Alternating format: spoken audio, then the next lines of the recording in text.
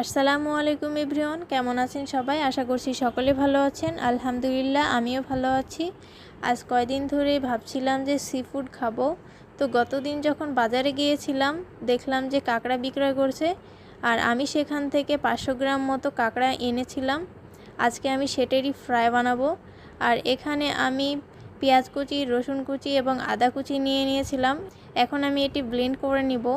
তা আমি পরিষ্কার করে রেখেছিলাম কাঁকড়াগুলো, আর তার মধ্যে এখন এই পেস্টটা দিয়ে দিব।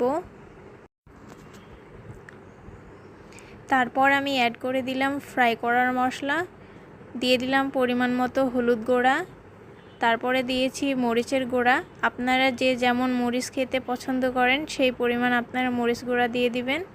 তারপর আমি দিয়ে দিয়েছি আমাদের স্পেশালি বাসার মশলাটা, আর তারপর দিয়েছি আমি প্রয়োজন মতো লবণ।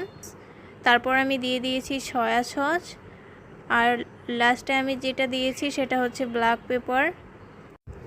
ব্ল্যাক পেপার দেওয়ার জন্য এই মেশিনটি পারফেক্ট, আমার একটুও কষ্ট হয় না। আমি ইনস্ট্যান্ট এটার দ্বারাই ব্ল্যাক পেপার ব্লেন্ড করে দিয়ে দিই, আর এই ব্ল্যাক পেপারটা দেওয়ার ফলে একটু সুন্দর স্মেল আসে। তারপর আমি সুন্দরভাবে এটি মিশিয়ে নিয়েছিলাম যাতে করে মশলাগুলো সব জায়গায় পৌঁছায়।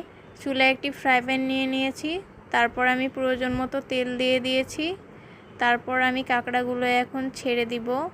আর এই কাঁকড়াটা আমি প্রথমবারের মতো ফ্রাই করেছিলাম, বিশ্বাস করবেন না, অনেক সুন্দর হয়েছিল খাইতে। আমি এর আগে কখনোই কাঁকড়া ফ্রাই করিনি, কিন্তু এই প্রথমবার আমি বাসায় ট্রাই করেছি। কাঁকড়াটা আসলে অনেক মজার ছিল। আপনারা যদি চান তাহলে আমার এই রেসিপি অনুযায়ী কাঁকড়া ফ্রাই করে বাসায় খেতে পারেন। বাহিরে এইভাবে কাঁকড়া ফ্রাই খেতে গেলে 400-500 টাকা এমনিতেই চলে যায়, কিন্তু আপনি যদি বাজার থেকে কিনে এনে এভাবে রেসিপি নিজে নিজে বানিয়ে খান তাহলে তৃপ্তি সহকারে আপনি খেতেও পারবেন। আমার তো মনে হচ্ছিল আমি ভালোভাবে ফ্রাইটা করতে পারবো না, কারণ এটি আমার ফার্স্ট টাইম ছিল।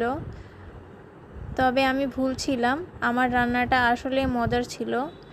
তো আমি এভাবে নেড়েচেড়ে সুন্দরভাবে ভেজে নিচ্ছিলাম।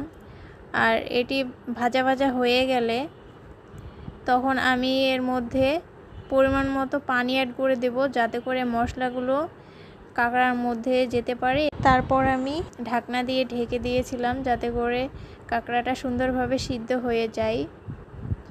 আর এটির কালারটা অনেকটাই চিংড়ি মাছের মতো, আর এটির স্বাদটাও চিংড়ি মাছের মতোই। আমার কাছে বেশ ভালো লাগে খেতে। আর এটির কালারটা এত সুন্দর হয়েছে, দেখতেই পারছেন।